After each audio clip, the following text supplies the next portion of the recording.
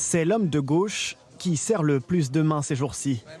Fabien Roussel, le secrétaire national du Parti communiste, est venu ce matin à la gare de Lyon afficher sa solidarité avec les cheminots grévistes de la CGT. Eh ben ils sont partis. Mais il n'est pas venu seul. Ah bah voilà Olivier aussi. Monsieur Roussel, c'est important d'être là aujourd'hui? Je vais attendre que tout le monde, que mes collègues soient là, si vous permettez. Je ne répondrai à personne tant que nous ne serons pas tous présents. À ses côtés, Olivier Faure du PS, l'écologiste Sandra Rejol ou encore Raphaël Glucksmann de Place Publique. Rassemblés pour associer leur alliance de circonstances au combat syndical. Si on vient, nous les forces de gauche, ensemble, d'abord c'est pour dire, on demande comme vous le retrait de la réforme, on la trouve injuste, pas normale, scandaleuse, c'est toujours sur les mêmes qu'on fait peser le poids des réformes, ceux qui travaillent, et jamais sur les autres.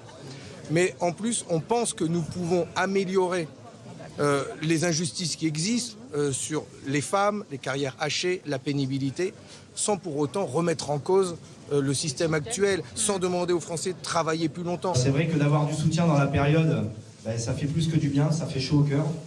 Parce que, on va pas se mentir, nous les grévistes, on en prend un peu plein la gueule dans les médias.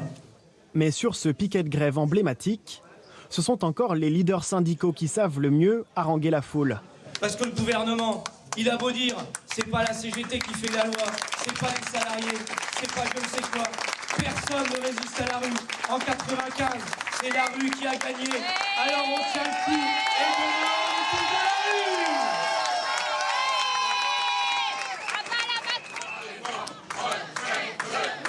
Il faut qu'on y aille, on va aller rencontrer les syndicats juste entre nous. Parce qu'ils ont nagé après. Et après ils ont nagé. Les représentants politiques sont ensuite reçus dans le bureau de la CGT pour une heure d'échange. Donc de ce côté-là, il y avait les grévistes, il y avait les cheminots, mais il y avait aussi les agents RATP. Et de l'autre côté de la table, on est des partis de gauche d'opposition qui préparent eux aussi entre guillemets leurs armes par rapport au projet de loi qui serait présenté vers fin janvier.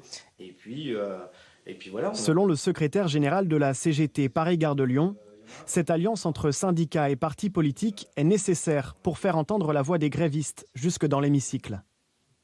Quand on fait du syndicalisme, même si on veut pas l'admettre ou même si on se dit c'est pas pareil, on fait forcément de la politique. À un moment ou un autre, il y a forcément un moment où on fait de la politique.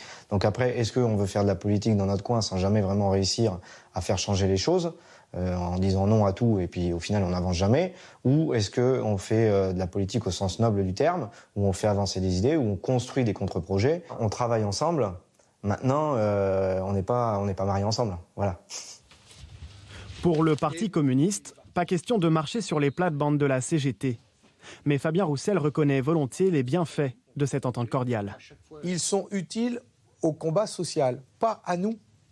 Ils sont utiles au progrès que l'on doit obtenir pour le monde du travail. Ils sont utiles à faire reculer la réforme de retraite Macron.